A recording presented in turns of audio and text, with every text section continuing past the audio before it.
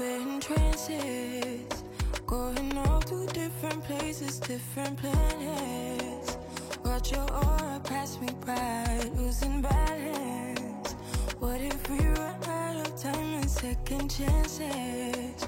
Empty-handed, you left us out. Hey you guys, it is Crystal Lopez here from CrystalIncome.com. How are you doing? I hope you are having an amazing day. All right, so let me just tell you something. We're going to kind of do a day in the life video, and the topic that I kind of want to start off talking about is we've been homeschooling for a very, very, very, very long time.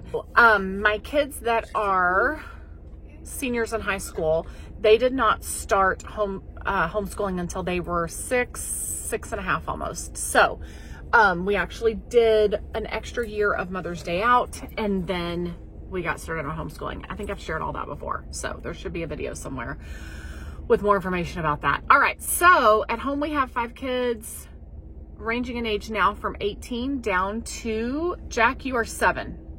Jack's about to be 8. Everybody's about to have a birthday. So one of the things that has been on my mind, my heart for a while is, so when we first started homeschooling, I did not work quite as much. I was working on growing a business, but it wasn't as much work for me as it is now. And as my kids have gotten older, I have been working more and more to grow a business, really to scale a business. And I would say the last 8 years have been more and more work for me, and the last 5 years have been even more work for me, okay? Which in turn has kind of pulled me away. Y'all have seatbelts on, right? Which has pulled me away more and more from the things that I love about homeschooling. So one of the things that I miss about homeschooling, you guys know I've told you multiple times about the journey and us moving to online homeschooling. That has really made things a lot less stressful. We're really enjoying the online homeschooling. It's going really well. All of our kids have transitioned to that, and we're using different programs for different ages and stages, okay? That's going great. But something that I have missed more and more over the years, and I would say when my 3 older kids that are still at home, so the ones that are 18 and almost 15, when they were little, we used to do a lot of field trips, and over the last 8 years or so, we've really gotten away from that. And field trips are something that I really, really miss in homeschooling. It's something that I always, when we did decide that we were going to homeschool, that was one of the things that I really looked forward to. So was the field trips that we would be going on, right? Because that's fun. Like, learning doesn't always have to be books and worksheets and all of that. Learning comes in different methods and ways, okay? So, I have been working for the last couple of months to, I guess ever since Christmas, my business partner and I, so you guys know I have my own blog, and that's a full-time income and a full-time business with about 10 employees that help me run that. Believe it or not, it takes a lot of work to run one of those, okay? And then my business partner and I have a coaching business that we do for bloggers and influencers. And that is another almost full-time commitment. Well, since in December, we both came back from we always take a break from before Christmas until right after New Year's. So we kind of have a little over 2 weeks of nice recovery time. All right, I pulled over to take a phone call. We're back in business. So, so many distractions. I can't even keep my mind straight. So my business partner and I have been working to revise our work schedules because our coaching program is a lot. That I really miss is being able to take the kids on field trips. And really, my older kids aren't necessarily interested, but the little kids, we've really not done, in their homeschool career, we've not done a lot of field trips. We've done some, but not a ton. So we have really been working to adjust our schedule. And as it is, Thursdays and Fridays are pretty much not days that I work anyway on our coaching stuff. But in order for me to make time for field trips, that means that some of my other work commitments Monday through Wednesday need to change. So we put in a lot of hours Monday through Wednesday. A lot.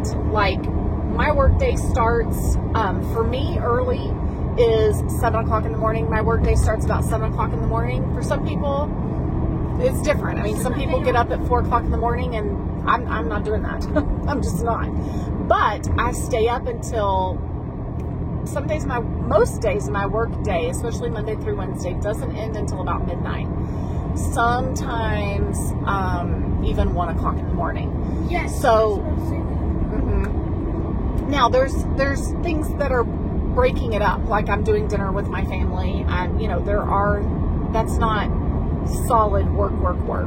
There are things that are happening in between all of that, right? Anyway, so now I feel like we are on a path to getting everything kind of organized a little bit differently, so that Thursdays, I typically, for the last 3 years, Thursdays have pretty much been like an appointment day. I have a little bit of work in the mornings for our coaching program, but not much. And then the rest of the day is any dentist appointments, orthodontist appointments, doctor's appointments. Like, hopefully, if the dog groomer's coming, they're coming that day. If we need to take a dog to a vet, we're hopefully doing it that day. Like, that's reserved for appointment time. Or if we're working on a home project, then hopefully we're doing it during that time, right? Now I am dedicating, I've told the kids, I like to incentivize them. And sometimes we get a little distracted with our homeschool work. That's normal. I think it's normal for kids that are in public school or private school to get distracted as well. That is the nature of being a child for many children. So I have said, if we can get all of our schoolwork done Monday through Thursday, and we're not distracted, and we stay focused, so let me back up for a second. If we have appointments, so like if somebody has a dentist appointment, everybody's not going to the dentist, just the kids that have an appointment. So the other kids can still stay on track with their schoolwork. Make sense? Okay. So that caveat. Anyway, if we can stay on track, then on Fridays, maybe we need to do a little bit of schoolwork in the mornings, but then after that, it will be our field trip day. Field trips could be the zoo, it could be a museum, it could be going to Airtopia, it could be going to the Botanic Gardens, it could be going and taking a tour at a grocery store or the post office, or you can coordinate all that stuff as a homeschool parent. So today is officially our first homeschool field trip, and we are so excited. So some of the field trips may have me and my husband, some may not. Some may have teenagers with us, some may not. Just depends. So we're going to the Whitty Museum. I am not familiar at all with the museums that are here in San Antonio. I'm going to take you along on this little field trip. I'm really excited. This is the kind of thing that just, this is the part of homeschooling that I love, making learning fun, making memories. So we've got lots of field trip options.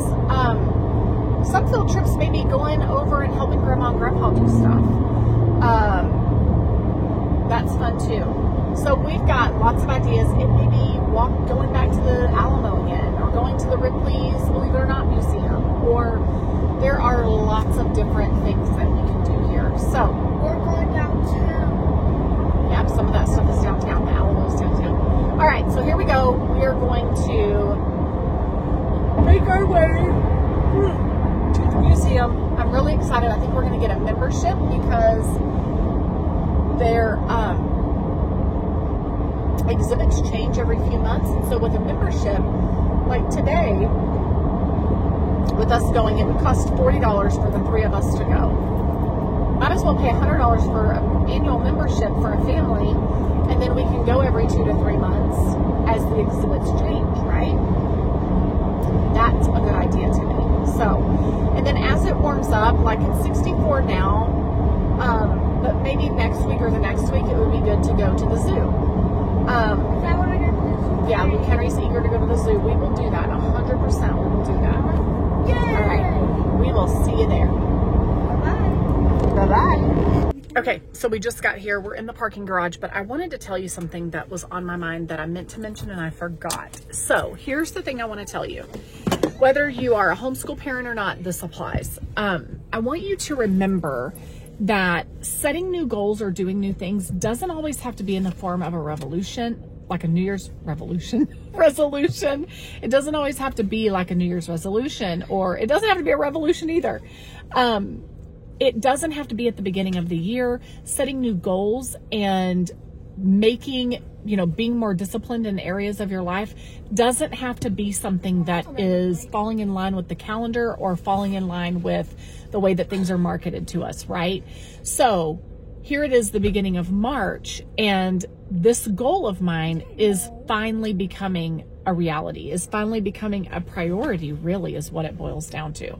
So I just want you to remember that. You don't have to wait for January. You don't have to wait for, a new, I don't know. I just want to encourage you that it doesn't have to, don't let the calendar and other things kind of restrict you from setting goals, okay? It doesn't have to be a new fiscal year. It doesn't have to be any of that, okay?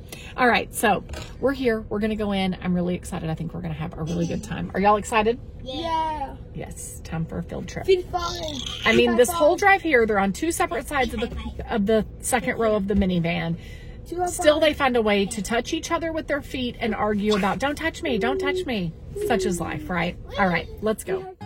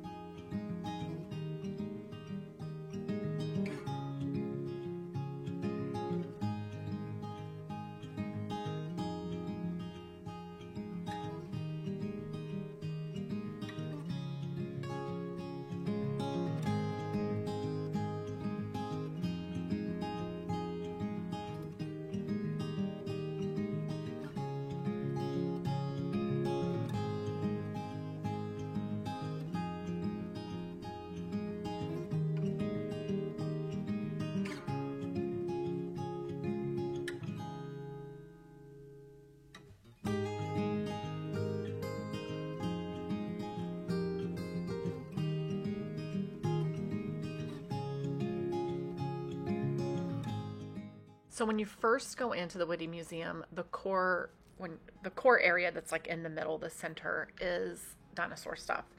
And I will just tell you, it is so beautifully presented and put together. It's interactive. There's things to hear, watch, see, feel, touch, all of that. I was just blown away at how beautifully displayed all of this was. It was really captivating, honestly. If you are traveling to San Antonio or in the area, or maybe you live here and you've just never been, or maybe you live an hour away and you've never been to this museum, or maybe you're coming for spring break or this summer, put this on your list. It is a fantastic museum. And if you have a museum membership level that allows you to go to other museums that are in the same category, you'd have to ask the front desk. They could explain that to you, but you may be able to get in for free. So I know that this particular membership, the level that we bought, it allows us to go to other museums across the U.S. As long as they're so many miles away from this museum. So actually, we've already been able to use this membership when we went to DFW last week, actually. And we were able to go into the Science and History Museum there for free. All right, so much to see. And let me just say, watching this back is really sweet. Seeing Jack just kind of, he puts his hands in his pockets, he goes in and observes. Is this something I want to do? Is this too little kid for me? Or is this something I'm interested in? Things that I didn't necessarily notice while we were there, but watching this back, it's like, you just see little pieces of personality come out, little pieces of growing up coming out. Anyway, this was really cool. Very interactive, lots of information, and it just shows you how big these dinosaurs really were.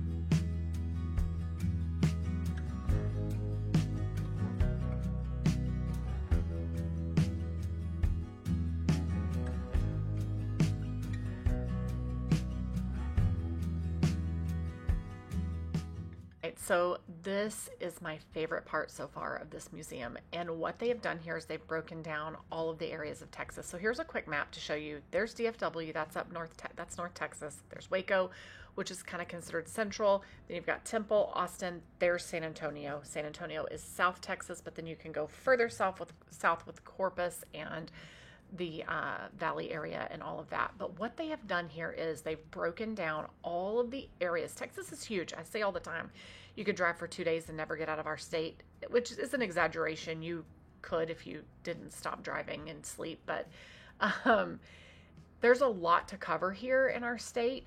I'm very proud of our state. A lot of Texans are proud of where they are from.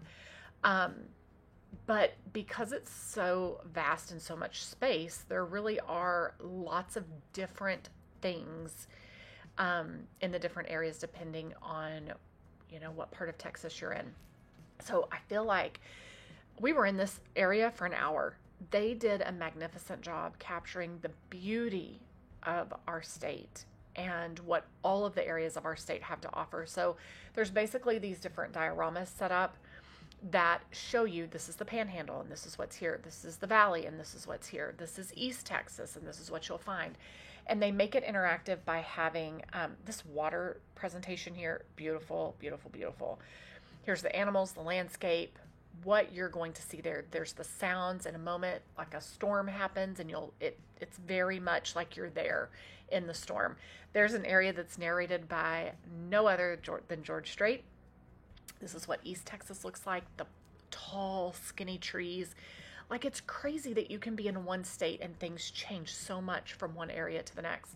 But in these diorama areas, they have, everything is numbered and there's like a legend, and then you can find those things in that presentation there, like in the diorama box, so to speak, but it's life size. So just so neat. There's a storm going. I loved this. I loved it. We were in there for at least an hour. I was mesmerized. Our state is so beautiful.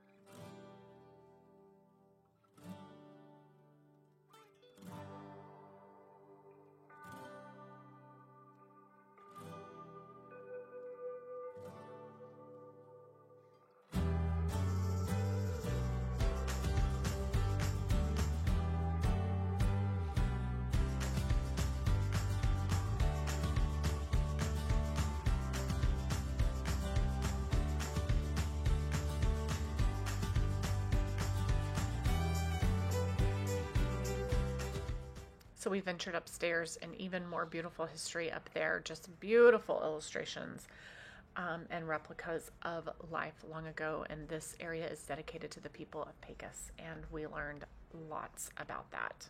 Look at how beautiful. Just so much information. And again, they did a great job of using all the senses to learn. So you're going to see, you know, there are artifacts to look at, there are things to touch, things to listen to, things to see. Just so neat.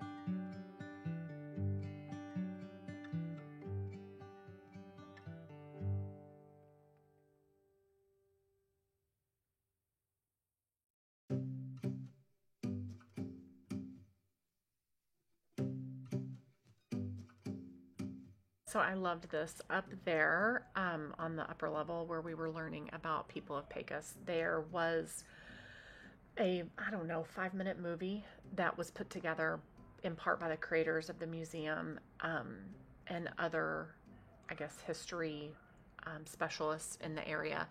But it does a great job of showing life now, but also how much of this is the same now as it was then.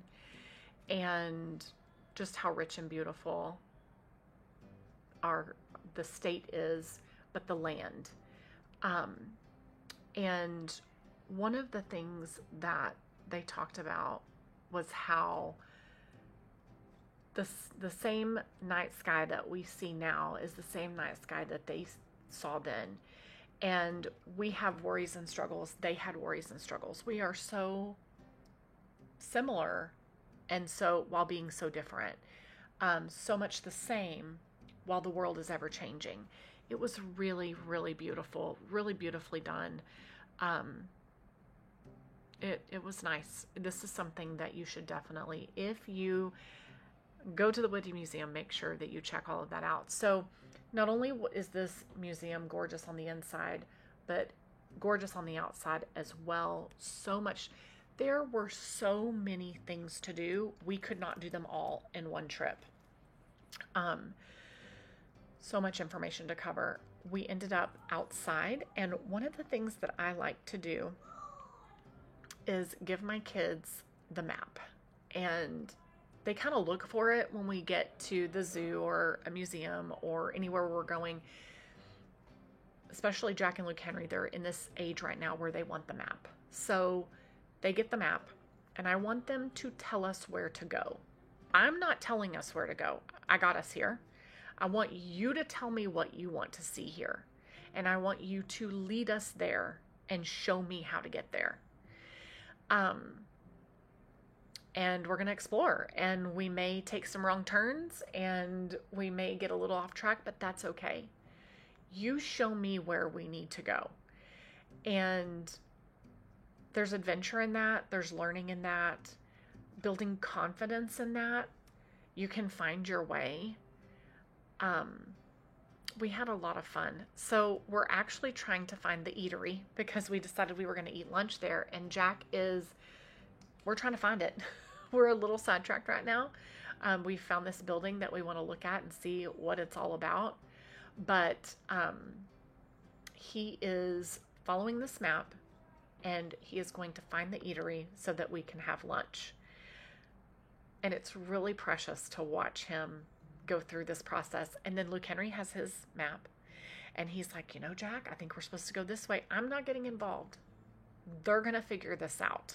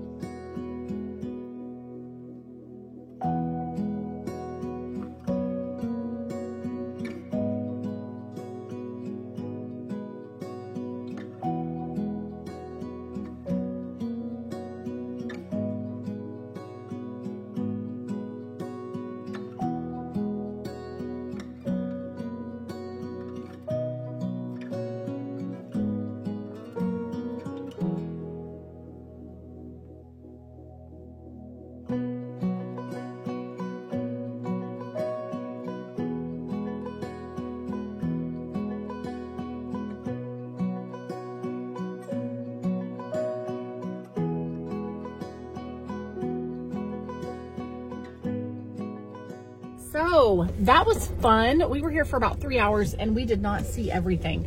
There is so much more to see at this museum. So I saw a sign. Helmet as well. Oh yeah, Jack got a helmet. We went through the gift shop. I got lots of little things that we can use in our school, like new rulers and some new magnifying lenses, because we only have one. Pencils, rulers, just some bookmarks, little things like that. And then Luke Henry got a stuffed tarantula. I am tired. Are you guys tired? No. No. Okay. Well, kind of. To be 9 and 7 again.